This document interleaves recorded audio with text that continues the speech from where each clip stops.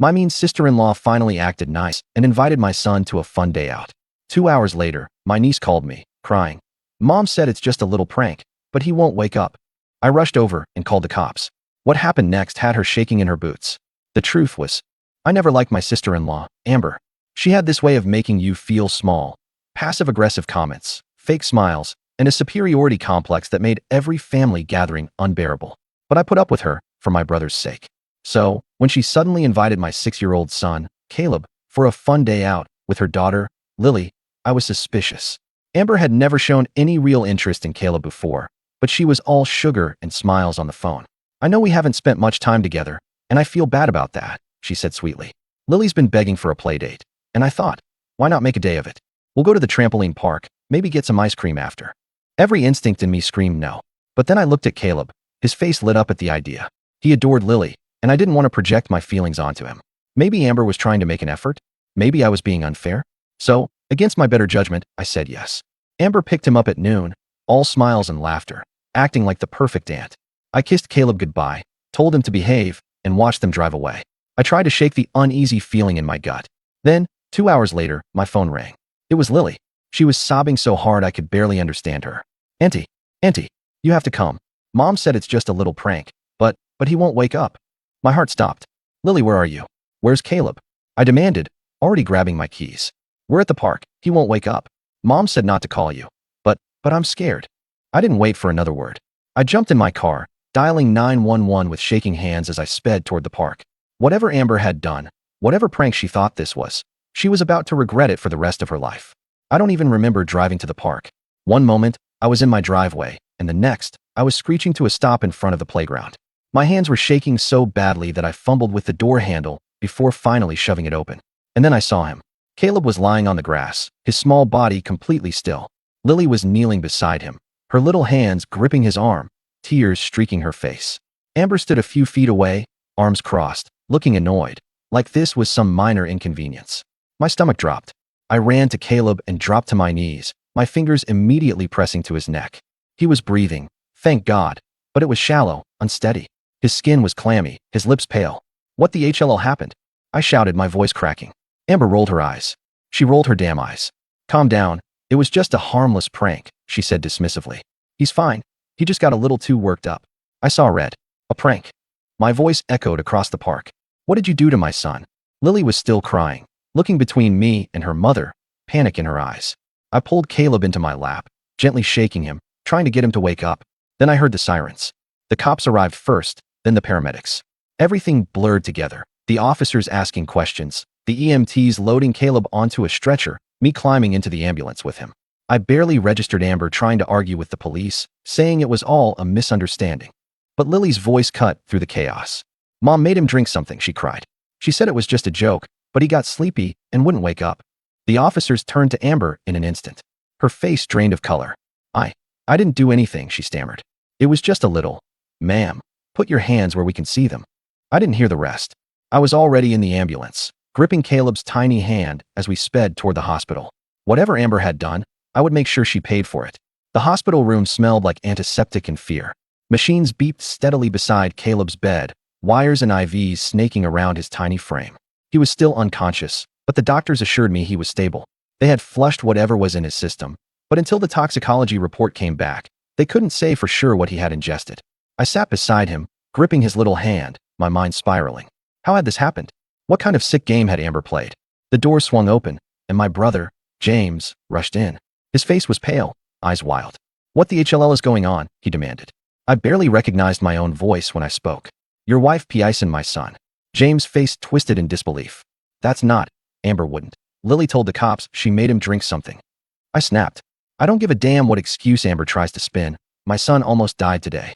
James staggered back, running a shaking hand through his hair. I could see the war inside him, wanting to defend his wife, but knowing deep down that I wouldn't lie about something like this. Then a detective stepped into the room. MS Carter? He looked at me grimly. We need to ask you a few more questions about Amber Willis. I nodded, my heart pounding. James turned to the detective. Where is she now? The detective's jaw tightened. She was taken in for questioning, but he hesitated. She lawyered up fast. She's claiming it was all a misunderstanding, a bad joke gone wrong. I clenched my fists. A joke? My son was lying unconscious in a hospital bed, And she was calling it a joke? James swallowed hard. What did she give him? The detective sighed. Preliminary tests show it was a high dose of Benadryl, possibly mixed with alcohol. We won't know for sure until the full report comes back. James' face collapsed. Amber had drugged my son. The realization made something inside me snap.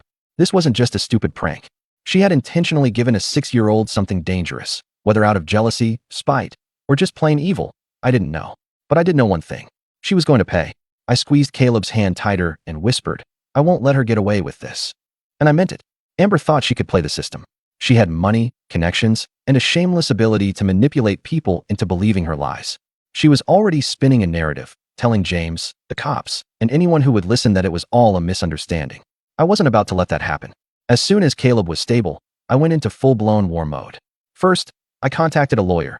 Not just any lawyer, but a damn good one. The kind that ate people like Amber for breakfast. I wanted every possible charge thrown at her. Child endangerment, reckless endangerment, assault, whatever would stick. Second, I started digging. Amber had skeletons. I knew it. She was too calculated, too arrogant. People like her didn't just wake up one day and decide to drug a child for fun. I went through old texts, emails, social media posts. I reached out to people from her past, former friends, co-workers, even exes. And oh, did the dirt start rolling in. A former nanny she fired had accused her of being abusive toward Lily.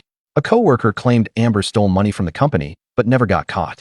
An ex-boyfriend had a restraining order against her. She was rotting from the inside out, and I was about to expose every last piece of it. Then, I made my move. I took everything I found, every receipt, every shady story, every whispered rumor, and fed it to the fire of social media. Facebook, Twitter, Instagram. I made sure people knew exactly who Amber Willis was. I posted about what she did to Caleb, including screenshots of texts where she laughed about her prank. I shared testimonies from people she had hurt in the past. And when it started going viral, I sent the links to her boss, her country club, her social circles.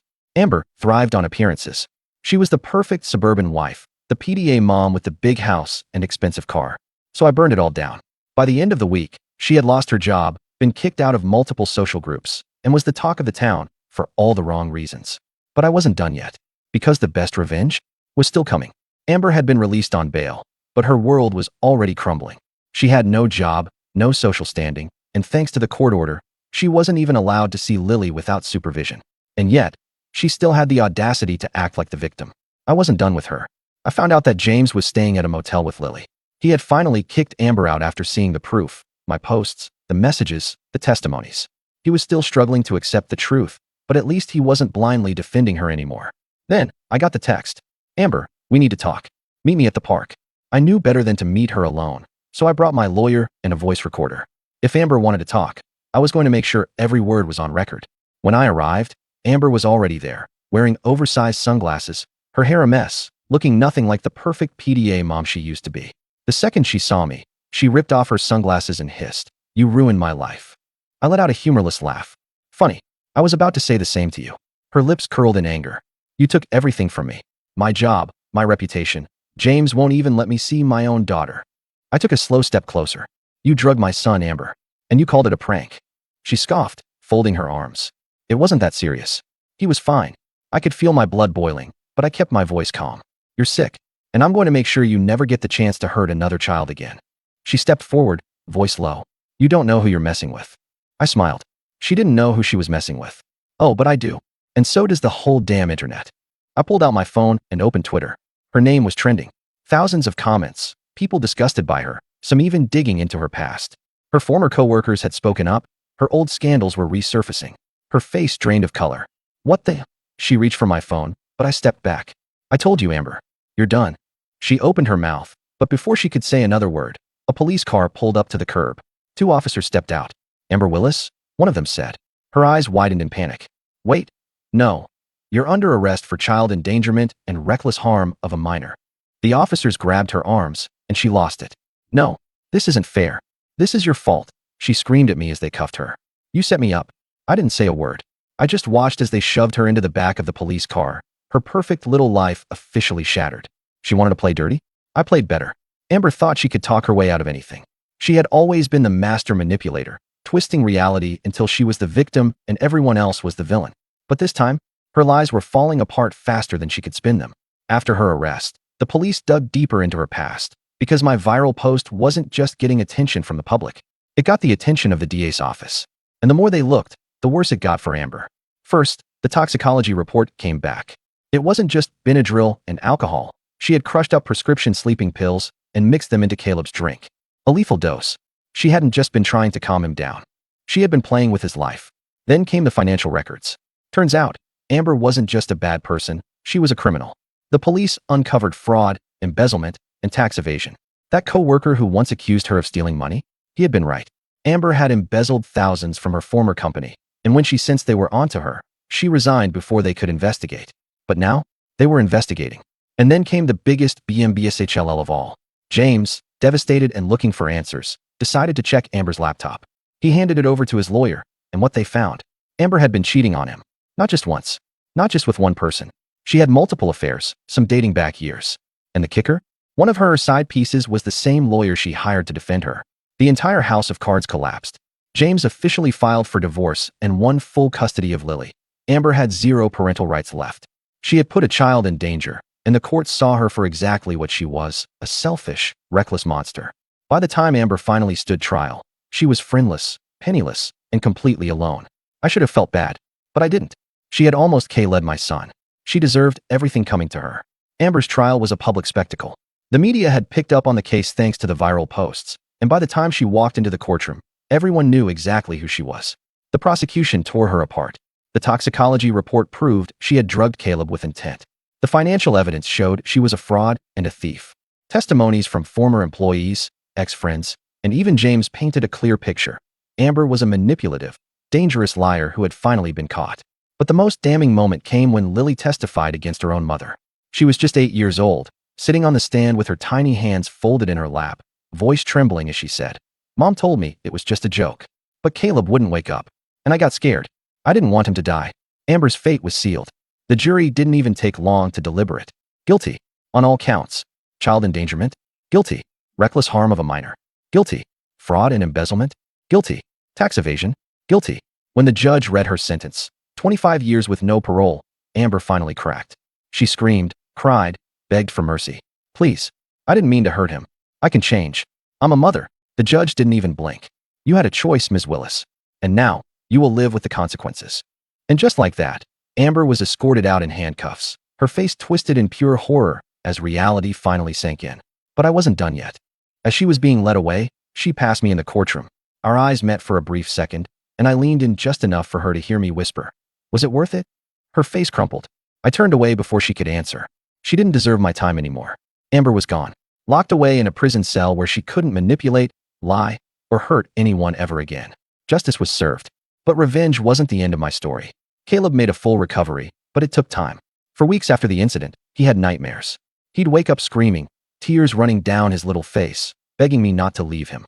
It shattered me, but I held him through every sob, every restless night. Therapy helped. Slowly he healed. And I did too. James, to his credit, finally saw Amber for who she really was. He fought hard for Lily and won sole custody. He moved out of Texas, starting fresh with his daughter, determined to be a better father than he had been a husband. We kept in touch, for the kid's sake. As for Amber, she tried to appeal her sentence. It didn't work. She wasn't getting out anytime soon. I found out through a news article that she was struggling in prison. Turns out, women who hurt kids don't get much sympathy behind bars. She was miserable, alone, and exactly where she deserved to be. And me? I let it go. Not because she deserved forgiveness. She didn't. But because I refused to let her hold space in my mind any longer. My life wasn't about her anymore. It was about Caleb. Our future. Moving on. One evening, as we sat on the porch watching the Texas sunset, Caleb looked up at me and asked, "Mom, is the bad lady gone?" I smiled, brushing a strand of hair from his face. "Yeah, baby. She's gone." He nodded, satisfied, and leaned against me. And for the first time in a long time, I felt peace.